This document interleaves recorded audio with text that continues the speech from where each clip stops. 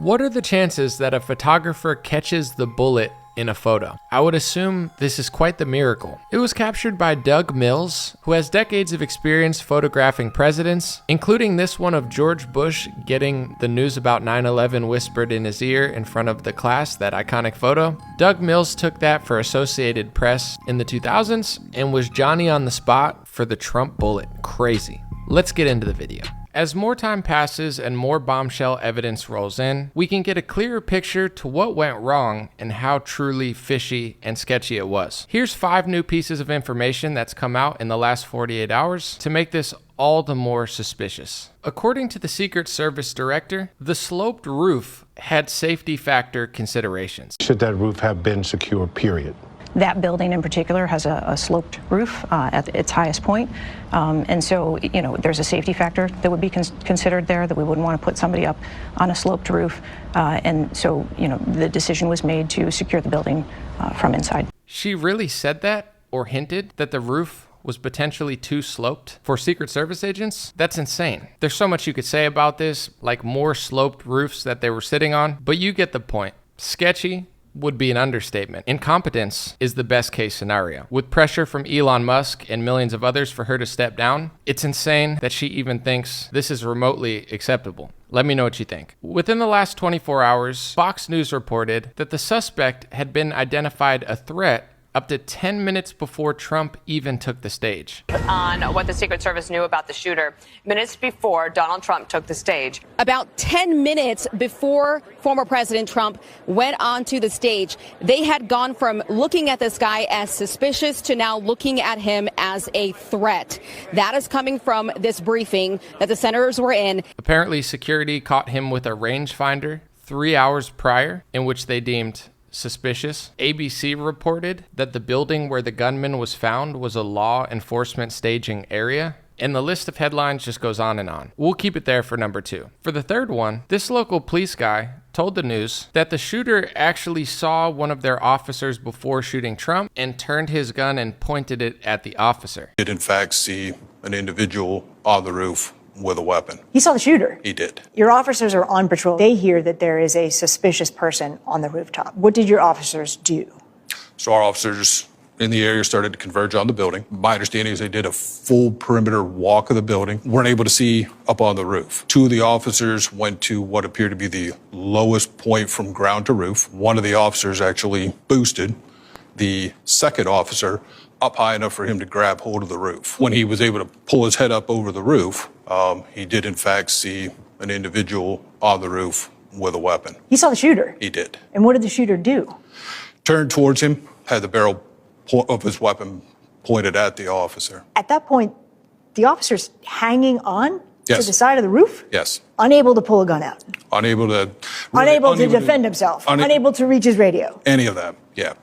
Strictly defensive movement for him to lower his head, duck, lost his own grip, right? Fell approximately 8 feet to the ground. That's a steep drop. It's a good drop, yes. Did he get hurt? He did. In that moment, did they realize there's a threat right now to the former president? They did. So both the boosting officer and the officer that fell were both on the radio, indicating that there was an individual on the roof that did in fact have a weapon. Who did they radio? So there was a blanket tactical channel being Everyone used. heard it. Everyone that was on that tactical channel heard it, yes. How much time between that radio communication and the gun being fired at the former president? That I don't have that information. This is crazy. Now, I'm not a law enforcement expert, but this should be a cause of concern that so much time lapsed with such a major threat. Not a suspicious, or maybe it's a threat. Like at this point, pointing a gun at an officer, obvious threat to the president of the United States and everybody who showed up there. Yet for some reason, Secret Service dropped the ball. Lots of questions are being asked online for obvious reasons. Now, for number 4, the New York Post reported that Jill Biden's office pushed for Kim Cheadle's job. She's the head of the Secret Service. Now, it says sources on the article, so as things are developing, who knows how authentic this is. But wouldn't that be another added interesting element to this whole bizarre scenario? And for number 5, the news is reporting that Iran had a threat on Trump's life for weeks before the assassination. So apparently this is their beefed up security, where they already knew there was a threat from a foreign country, or so they say, and they still dropped the ball on a 20-year-old, what the news will describe as lone shooter, who was parading around for hours before shooting. Now, in my view, the US government and the media sources that basically work as a government arm are always trying to frame the narrative. Whatever they're already trying to do, it always seems to fall in that view. When it's Russia, Russia, Russia, everything's Russia. Now that Iran is a massive threat to Israel, America, who backs Israel in both parties, and the massive Middle East war that's escalated over the last couple years, I find it astonishing that now Iran is trying to do this to Trump. Even Joe Rogan found it suspicious. This came out while we've been recording. Secret Service ramped up security after receiving intel of Iranian plot to assassinate Trump. No known connection to shooting.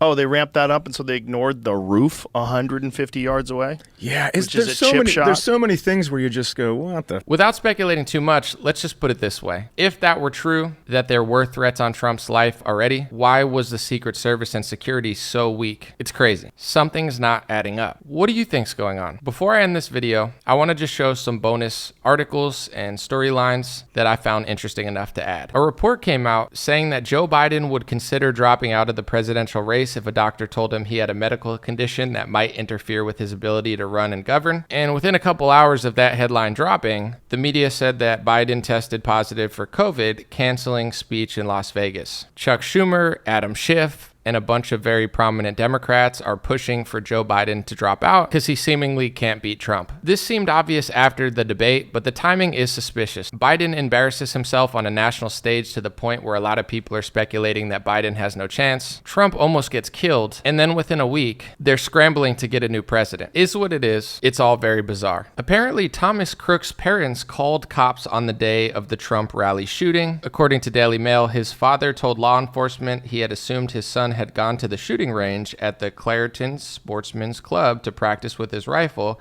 and would be back by 1 p.m. on Saturday, CNN reported. But as time went on, he grew more concerned and phoned local law enforcement. Also very bizarre. Since their son, I think, was around 20 years old, it's not that abnormal for now an adult male to be a couple hours late. But apparently they were so suspicious of their own child, or at least his whereabouts, that they called local law enforcement after a couple hours. Here's a quick clip of one of his classmates briefly talking about him. The signs were there, and somebody definitely had to go down. Somebody, whether he was talking to somebody, or somebody either just didn't realize and just overlooked it, somebody should have known, because he was not a loner. And both of his parents being counselors, how do you not see that warning sign to yourself?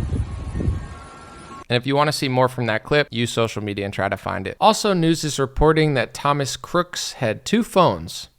Burner phone, anyone? Who knows? Maybe we'll find out as more info comes out. Maybe we won't. Those are my 5 new pieces of evidence and bonus articles. Let me know what you think in the comment section. Thank you guys so much for watching my channel, supporting. And if you have a company or you know a company that wants to sponsor my videos, my news analysis, or my social media pages with over 2 million followers and upwards of 1 billion views, check out dreamrarebiz.com, where I also provide social media consulting if you want to know some tricks, secrets, and strategies to have success on your own. That's dreamrarebiz.com. Thanks so much for watching. God bless you. Pray for America and have a beautiful week.